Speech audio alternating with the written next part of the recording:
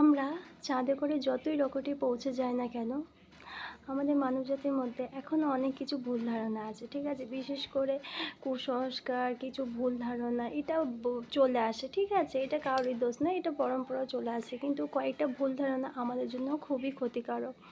যেমন বেবিদের কথা ধরি, যখন সদ্যজাত বেবি হয় তখন মায়েদের হয়তো কোনো কারণে জ্বর, সর্দি, কাশি, হাঁচি হচ্ছে, তখন দেখবে যে বয়স্করা বলেন বা আমাদের বাড়ির গুরুজনরা বলেন যে বেবি ঠান্ডা লেগে যাবে, ওকে ব্রেস্ট ফিডিং বা দুধ মানে মাম দেবেন না বা ব্রেস্ট ফিডিং করাবেন না। কিন্তু এটা ভুল ধারণা। মায়ের দুধ থেকে বেবিদের কোনো দিন ঠান্ডা লাগে না।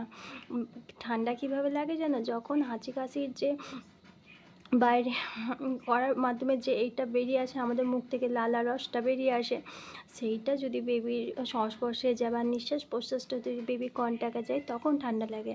আমার ডাক্তার বলেছিল যে যে তুমি এক কাজ করবে, তুমি মাস্ক পরে বেবিকে মাম দেবে, মাম দেওয়া কিন্তু বন্ধ করবে না। ওই সময় মায়েদের শরীরে অনেক রক্ষা কবচ তৈরি হয়, যেটা ইমিউনিটিটা বেবির শরীরে চলে যায়। তো এইটা হচ্ছে 1 নম্বর ভুল ধারণা।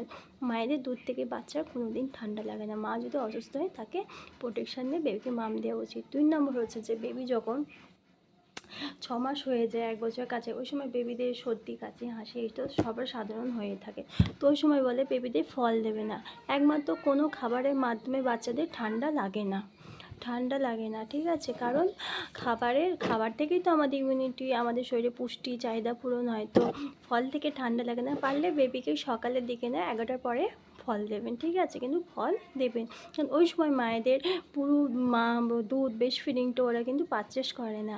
এই কারণে ওদের খাদ্যের মাধ্যমে ওদের শরীরে কিন্তু ইমিউনিটি পাওয়ার গড়ে হবে, তবে বাইরে যে ভাইরাসটা আছে তার সঙ্গে লড়ার ওরা ক্ষমতা পাবে।